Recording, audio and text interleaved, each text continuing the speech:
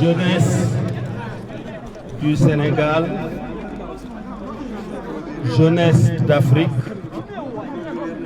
jeunesse du monde, je voudrais, à l'occasion de ce Ndogu Ngalla qui célèbre le mois saint de Ramadan ainsi que le carême chrétien, partager avec vous quelques lectures. La première lecture, qui s'adresse à la jeunesse, nous vient du Saint-Coran, la caverne. Et nous avons enjoint à l'homme de la bonté envers ses pères et mères. Sa mère l'a péniblement porté et en a péniblement accouché. Et sa gestation et sevrage durent 30 mois.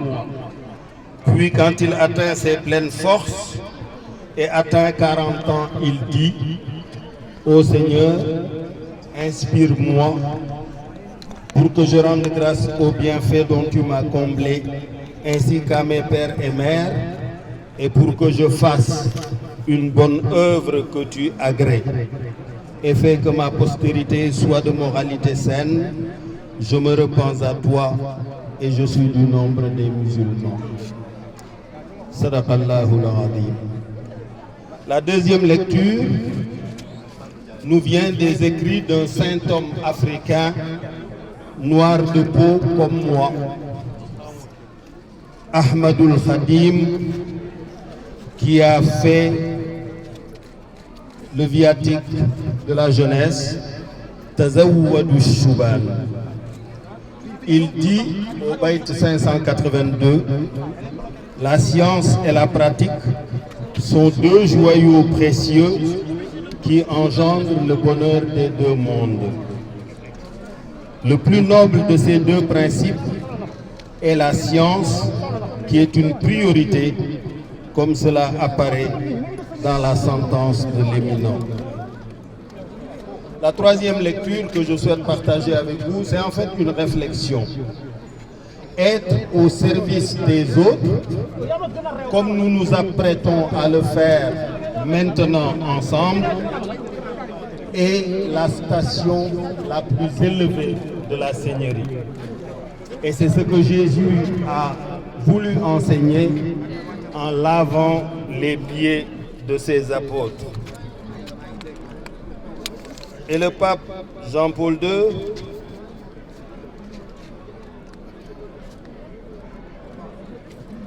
nous l'a rappelé le 19 août 2001 à Castel Gandolfo en ces termes. L'humanité du troisième millénaire a besoin de jeunes forts dans la foi et généreux dans le service de leurs frères. Elle a besoin de jeunes aimant le Christ et son évangile.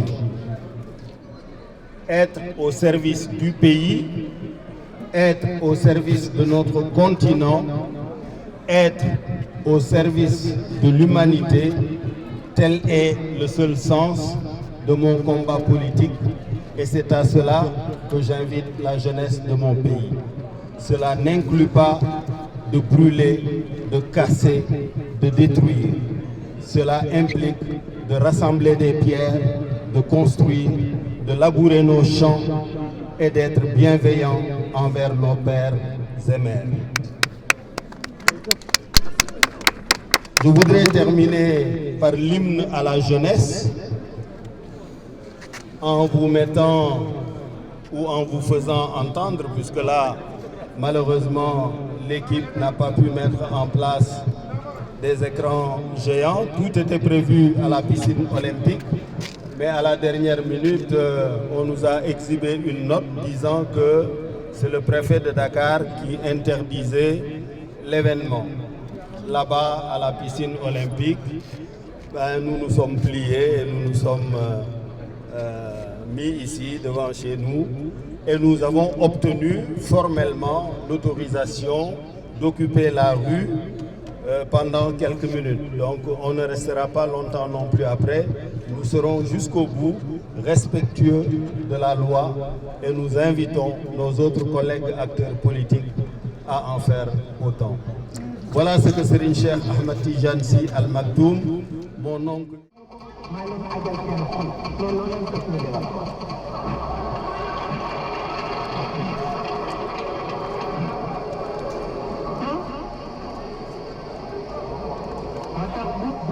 de la jeunesse doon am ma ne foofu lañ koy tibb waaw ah foofu lañ koy tibb ci biir amoon bi rabbi wajib naa hudan amanu bi rabbi min qabl wajib naa hudan waaw yàlla ne dama wàlle ci rek waaye ñoo ma jiit xale yi ma jiit bañ may topp gu ma leen waaw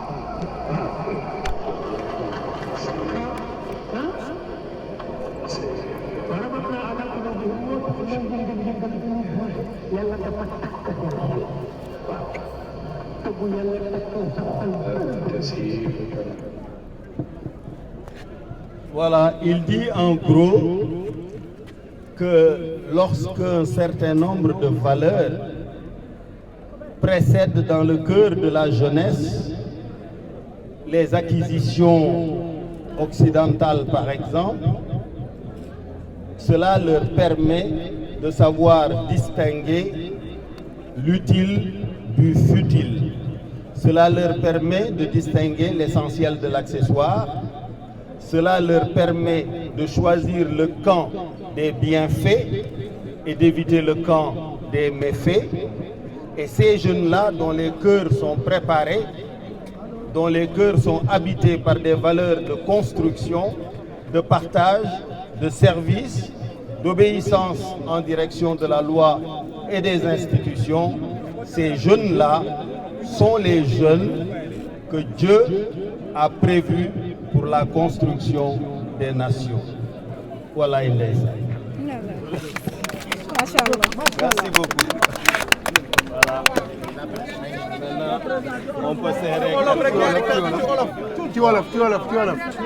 waaw ñaari kàddu rek ci wolof. ginnaaw bu ñu leen nuyoo yéen yëpp. sant borom bi bu baax a baax moom mi ñu baaxee ndogu lii nga xam ni dafa ànd ak ngalax ndax suñu mbokk catholique yi ñu ngi ci seen week-end pascal ñu ngi feet seen jeexitalu koor wante ñun ak ñoom ñoo bokk koor gi bu ñu joxee ngalax ñu jox leen tàndarma donc ñuy sant ñëpp surtout jeunesse bi laa bëggoon a waxal puisque ñoom laa invité woon ndogu li ma jàngal leen suuratu Kahf jàngal leen ñaari xasaayidu sëñ Touba yi mu bind ci yóbbalu ndaw ñi wax leen li Pape Jean-Paul II waxoon ci ñoom wax leen itam li Serigne Cheikh Al Maktoum tudde woon l'hymne à la jeunesse te wax leen rek ne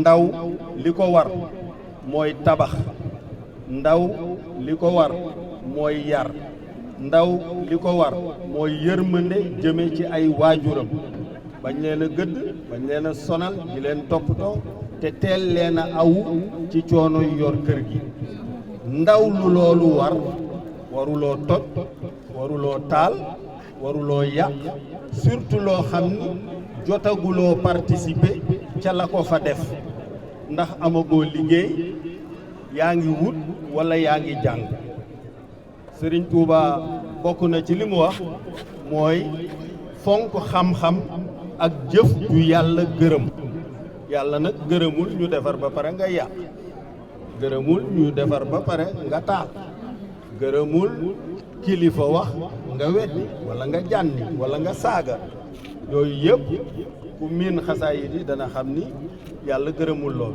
Serigne Cheikh itam wax ne yàlla ci boppam dafa am jeunesse am jeunesse bi yàlla moom jeunesse bi yàlla féetewoo parce que yëpp moo leen moom mais bi mu féetewoo mooy jeunesse bi nga xam ni gëm nañu ko te sax nañu ci mbaax bi ñuy juddu ba bi ñuy wuy ji seen boroom du berceau au tombeau leur préoccupation unique est de produire le maximum de bienfaits pour leur communauté, pour leur pays, pour leur famille, pour leur continent.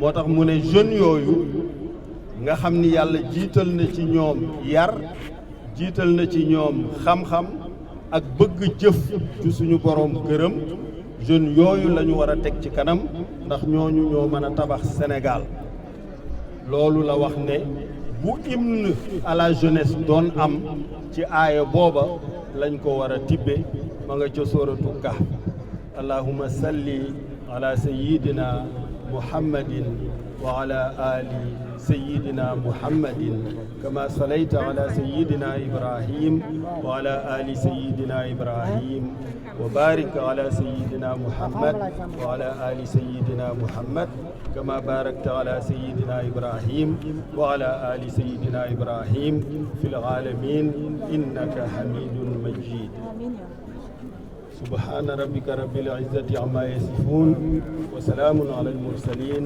والحمد لله رب العالمين mënoon naa ci teg nag notre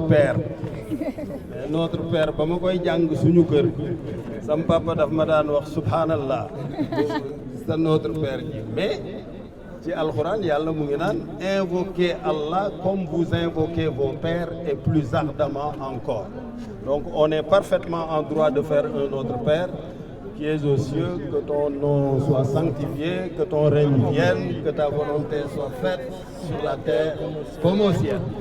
Merci beaucoup. Bon carême, bon ramadan. Wow.